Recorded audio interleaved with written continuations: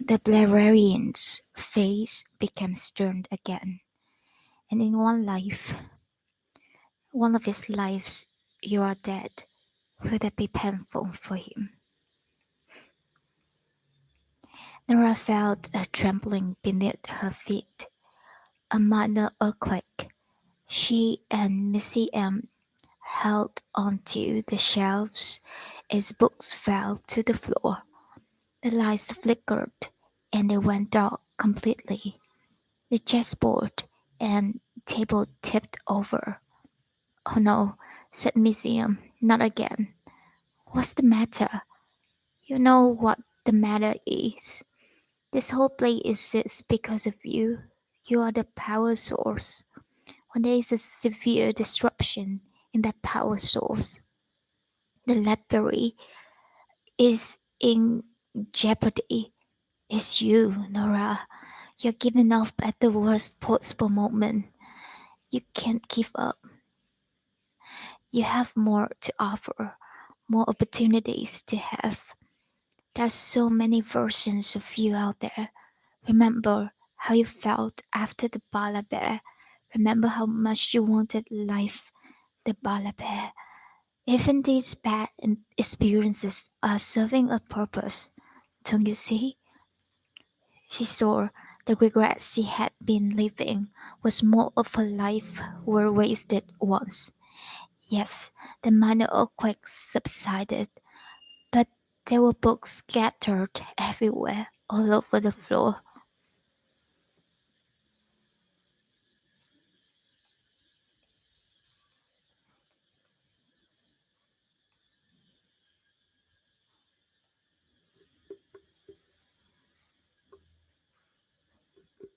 The lights had come back on, but still flickered. "I'm sorry," said Nora. She started trying to pick up the books and put them back in place. "No," snapped Missy M. "Don't touch them. Put them down. Sorry. And stop saying sorry. Now you can help me with this. This is safer." She helped Missy M pick up the chess pieces and set up the board for a new game. Putting them putting the table back in place too. "What about all the books on the floor? Are we just going to leave them? Why do you care? I thought you wanted them to disappear completely." Missy M may well have just been a mechanism that existed in order to simplify the intricate complexity of the quantum universe.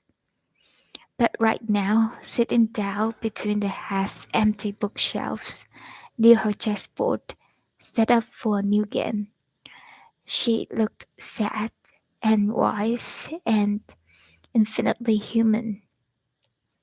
"I didn't mean to be so harsh," Missy managed eventually. "That's okay. I remember when we started playing chess in the school library. You used to lose your best players straight away," she said. "You go and get the queen or the rooks right out there, and they'd be gone. And then you would act like the game was lost because you were just left with pawns and a knights or two. Why are you mentioning these now?"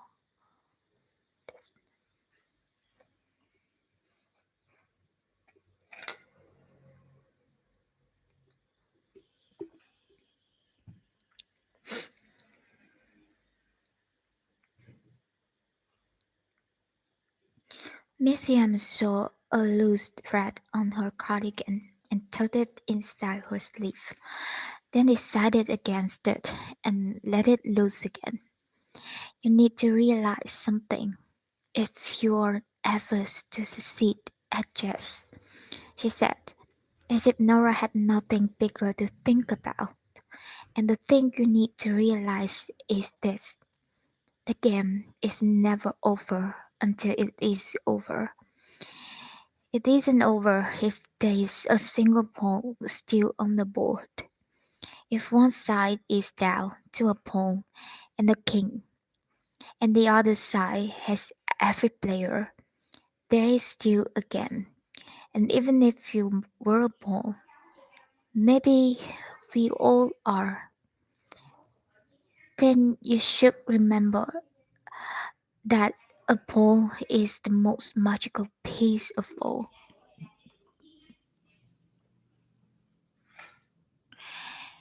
It might look small and ordinary, but it isn't, because a pole is never just a pole.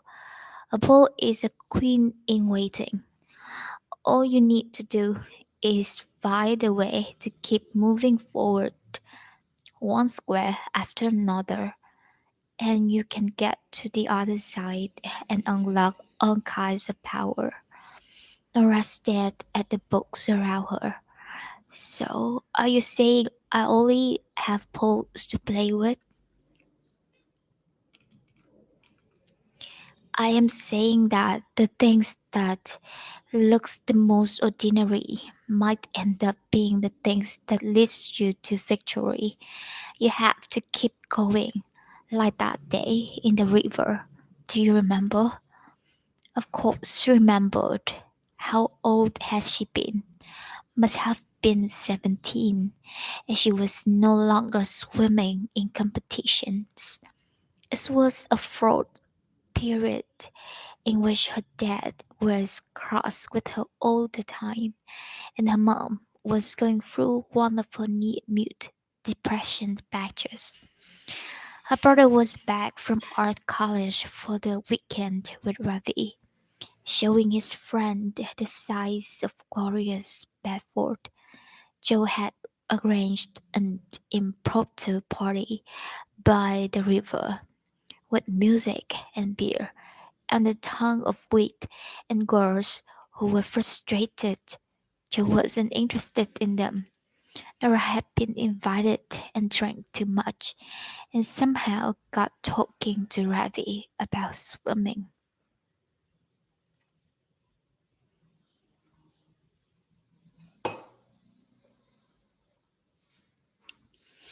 So, could you swim the river? He asked her. Sure. No, you couldn't, someone else had said. And so, in a moment of idiocy, she had decided to prove them wrong. And by the time her stoned and heavily inebriated older brother realized what she was doing, it was too late. The swim was well underway.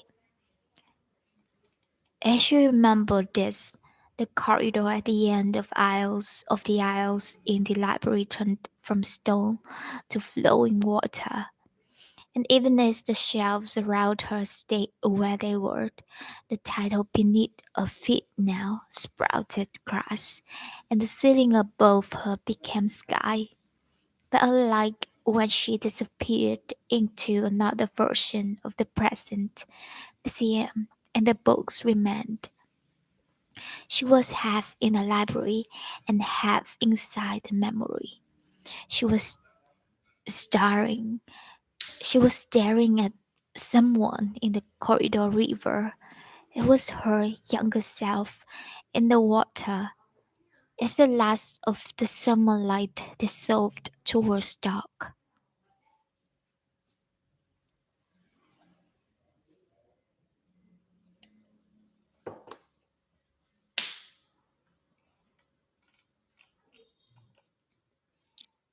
Equidistance. The river was so cold and the current strong. She remembered as she watched herself, the ache in her shoulders and arms, the stiff heaviness of them, as if she's been wearing armor. She's remembered not understanding why, for all that effort, the silhouette of the sycamore trees stubbornly stayed the same size, just as the bank stayed exactly the same distance away. She remembered swallowing some of the dirty water and looking around at the other bank, the bank from where she had come, and the place where she was kind of now standing, watching along with that younger version of her brother and his friends beside her, oblivious to her present self and to the bookshelves on either side of them. She remembered how, in her deliriums, she had thought of the word equidistant, a word that belonged in the clinical safety of a classroom.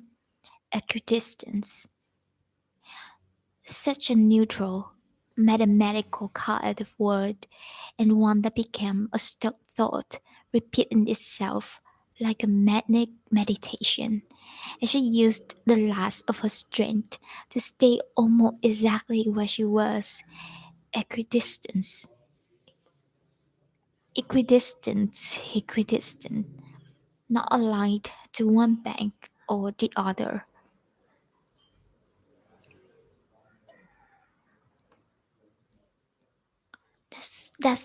How she had felt most of her life, caught in the middle, struggling, failing, just trying to survive while not knowing which way to go, which path to commit to without regret.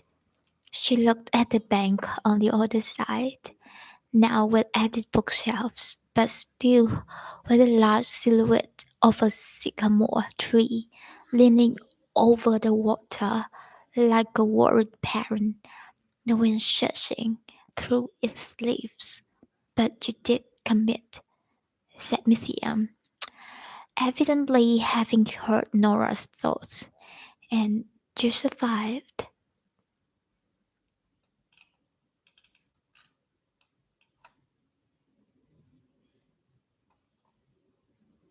Someone else's dream.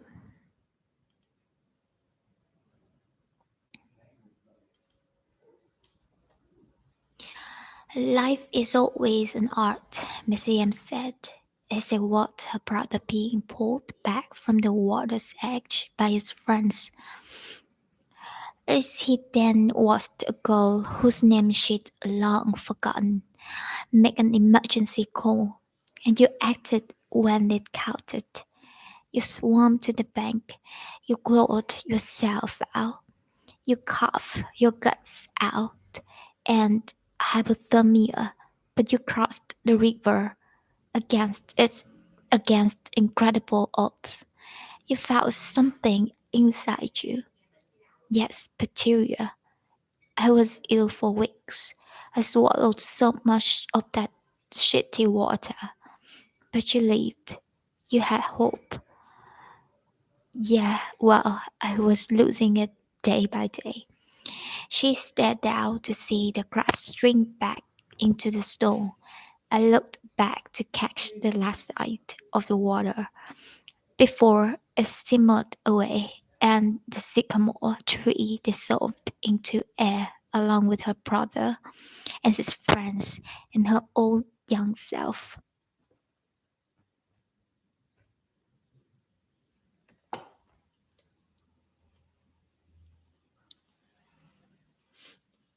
The library looked exactly like the library again, but now the books were on back on the shelves and the lights had stopped flickering.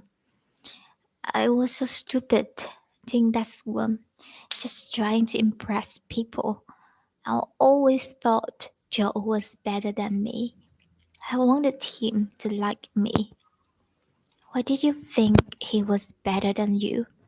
Because your parents did. Nora felt angry at Missy M's directness, but maybe she had the point. I always had to do what they wanted me to do in order to impress them.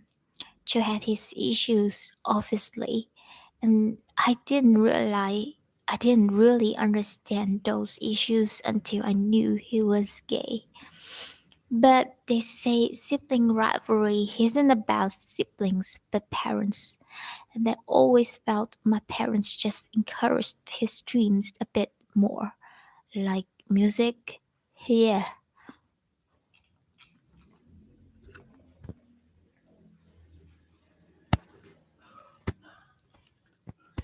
When he and Ravi decided they wanted to be rock stars, mom and dad bought Joe a guitar and then an electric piano.